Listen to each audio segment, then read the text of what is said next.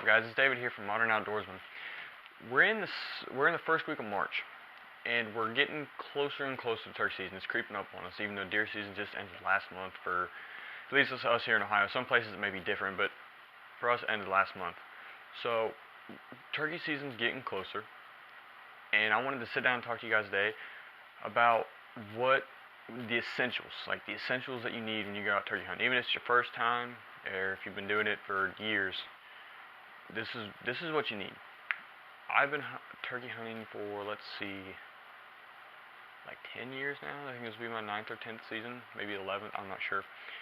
But since I was like 9 years old. So what I've learned a lot in that little bit of time, and this is what I've discovered that you need most importantly. If you're a new hunter and you want to get started, or you're maybe seasoned and you want to pick up, you're not quite sure not sure what you're doing wrong, I'm going to go over what you need most importantly. Okay, so first off, you're going to need a vest, a turkey hunting vest. Now when you go and look at them, you can look at them online, go into Cabela's or Dick's or Bass Pro, wherever you go. They're expensive. Now, really expensive. Like, you think, why would I want to spend all this type of money? Well, it's a tool and it's going to last forever. The one I have, this one here, I've had this exact vest most of the time I've been hunting, and I still use it, and I don't plan on throwing it away anytime soon. So when you spend all that money on a turkey vest, it's going to last you a while, if not forever.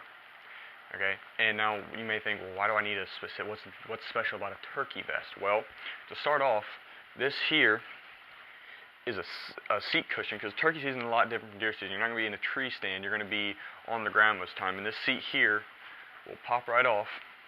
Not pop off, but it'll come unattached. You can sit that down. That way you're not sitting on, like, in the spring when you go turkey hunting, a lot of times that ground you're sitting on is cold and wet because of the dew and stuff like that. So you're really, really going to want a seat of some kind. Now, different companies sell seats that are actually made for turkey hunting, and they're small. They look like lawn chairs, but they only sit like 6 inches off the ground, if that high. I think the one we have is like, I don't know, it sits like 3.5 inches off the ground or something like that. So they're really useful because you can sit all day and you'll just be comfortable. But if you don't want to spend money on like an actual seat, this is the best option. Okay, now the first thing we're going to go into with this turkey vest are these things here. Well, first off, it's also got a pad right here. You see, the pad right here. That'll help you. You sit down, you put your butt in the ground, you sit against a tree. That pad will kind of cushion a little bit. It's not much. It's really thin. It's just a foam pad like that. So it's not very thick, or not like it's going to make it comfortable, but it'll make it tolerable. Now the first thing we'll talk about, this is the inside of the vest, and inside that pocket with the cushion thing are these two orange strips. Now if you're a deer hunter, you know what this orange is for, so other hunters can see you. Well, check your local laws and regulations, whatever state you're in, wherever you're at. You should be able to type in your state, and then the Division of Natural Resources. There should be a hunting section, and that'll tell you the rules about turkey hunting and orange and camouflage, stuff like that. Same with deer and every other type of hunting. It'll talk about the orange and the requirements of that. So check that before you go any farther. But these here are mostly for when you're walking out, like mid-morning, afternoon, or walking in the afternoon, or once you've gotten your turkey. You're going to pull these out and throw them over the back like this. That way, other hunters can see you. Otherwise, they may think you're a turkey if you're just carrying one or whatever. You got decoys at your back or whatever. That's what you want for it. Now, if it's early in the morning, it's opening day, it's like 5 o'clock in the morning, you're walking out into the woods, don't pull these out, because turkeys aren't like deer. They can see color, so they'll be able to pick this out, because this will glow almost. It'll look like a glow stick out in the dark. So don't put these out unless it's daylight, or if it's in the morning, you're hunting public land and you're really worried about it, then I would say yes, definitely do it so you don't want to get shot. But I wouldn't pull them out if you don't have to, because turkeys can see a really long ways and they see really well, so I wouldn't do that. Now that you've got your vest on, it just goes on, and it's just like a normal vest that you take pheasant or fly fishing or whatever. It just clips on there. Now, first thing you're going to notice when you pick up a turkey vest, if it's your first time buying one, it's got all these different pockets, okay? It's got a big pocket on the back, like any other hunting vest would, but then it's got all these little pockets that look specific for something. Well, that's because they are specific for something. So first off, you have a little pocket right here. It's just a little mesh pocket. Now, I think it's made for mouth calls. What I do is I like to keep my sandpaper in there for my slate calls, my pot calls, whatever you want to call them. That's what I keep in here, just because I always know where it's at. And now, with the pot calls and your slate calls, you're going to want to keep them. You want to do most of this stuff the night before. You want to get all this ready. I mean, it's, like I said, it's first week of March, and I have all my vests. If I was going to go hunting tomorrow, which season will play April, but if I was going to go hunting tomorrow, I have everything. I'll be ready to go. But you got to take your friction calls or slate calls, you know, rub this on, because it'll help you create more sound and different stuff like that. I'm sure there's all types of different patterns and stuff you can do, but I just take it on there, I just rub it on there real good, and then we call it a day. Now, secondly, it's got this big, long zipper pocket right here. Unzip that. That's big enough where you can sit your box call in there. Box calls are used for all types of ones. I'll do a different video where I go into different types of calls and stuff like that, but this pocket's for your box call. It's also got these two pockets here on the sides. You can put whatever you want in there. I don't have anything specific for it. I think in mine I have a crow call. And then on this one I have a face mask. Put that on. That way turkeys can't see your face, because like I said, they can see color, so your skin will stick out. If you're sitting in a bush or against a tree line or whatever, your skin will stick out. Also in this pocket, I have a striker for my slate calls. And I just like to keep these things here because, you know, you don't know when you're going to need them. So I like having them just here. I can just reach in real easy, maybe not make a lot of movement, just grab them. Now on the other side, from that box call pocket, another pocket is just a sleeve with a button on it. And that I keep my gobbler in, just because it's easy to fit in there and take out and stuff like that.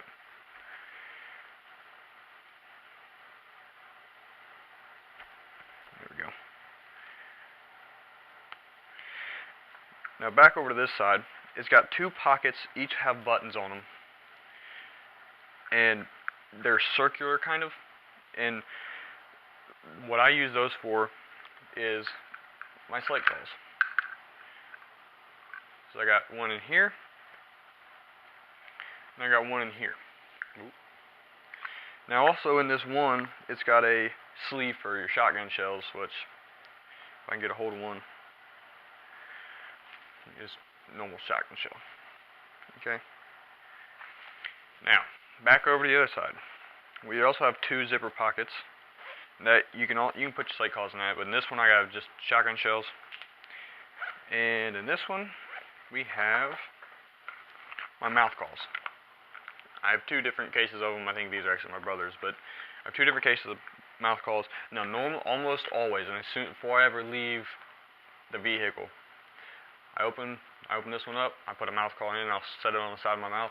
That way, I have it always. I just keep it in there, because you never know when you're going to walk up on one. I don't know how many times you're walking through a field, and then boom, there's a turkey. You just got to settle down real quick, and you don't have the freedom, or not freedom, whatever the word is I'm looking for. You don't have the ability to just pull out a call and sit down and start calling to it, because he's already right there, and he might be able to see you. So you got to just move quietly, and that way I always have it in, and I have the ability to call right away. Another thing that I want to do before I ever leave the vehicle is once I got everything in my vest, and I'm, got my gun ready and everything, we're getting ready to head out, I've already got everything planned out how we want to go, is I'm gonna put my vest on, put everything on I'm going to carry, which is probably just going to be like a decoy bag or something like that, maybe have someone else carry it if I'm carrying the vest. Well, I'm not the only one who have a vest. Everybody should have a vest. If you're going hunting with, say, like 2-3 people, you want to have a vest. Everybody should have a vest. That way everybody's got their calls if they have them, stuff like that.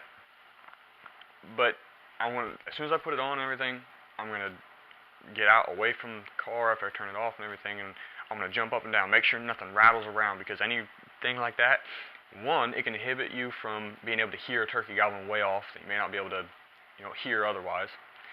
And then another, it's going to keep you quiet, and it's a big thing about turkey hunting, especially when you're walking in the dark. You want to stay quiet so they don't hear you coming, because you'd be surprised what, say you have a turkey in the tree, and you think he's gobbling every time you hit the call in the morning, he's gobbling too before he ever hits the ground. He hits the ground, but if he heard you coming in or he saw you coming in, maybe he was gobbling, but he still knows something over there, and he may not go over there, and he'll go a different direction you never seen. So you want to stay quiet as possible. Now, the other thing I like to keep on me at all times when I'm turkey hunting is drinks, because it's not like deer season where it's cold. I want to keep water or Gatorade or pop, maybe an energy drink if I'm feeling kind of tired or whatever. But I want to keep a drink on me because it gets hot, and on your way out, more than likely you're going to be sweating. Because by the end of our turkey season, it's May, and it's hot. We're hunting 60, 70-degree days. It's hot, so you want to keep, and a lot of times you're out in the sun too, because it's springtime, so it's nice. You want to keep some water on you, drinks, something like that.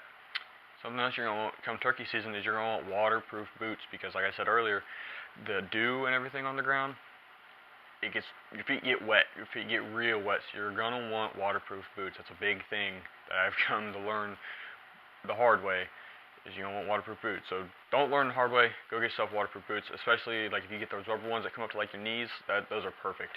And like I said, the weather during turkey season is warm, so you're not going to want to wear your big, thick camouflage overalls that you would wear for deer season, because you will get hot and you will hate it. You won't want to go again, but you're going to miss out on a lot of fun. So don't wear your big thermals, or if you have to, I know Walmart sells really light camouflage stuff. Even just a pair of camouflage jeans, perfect. Not like the army camo. You want, like camo jeans. That's a big thing. So yeah, I think that's it. That's where I'm going to leave you guys for this video. I will do a turkey call video here within the next couple days. I'll put that up.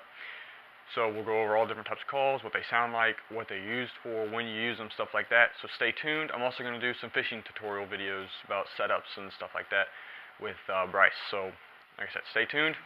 We'll get it rolling.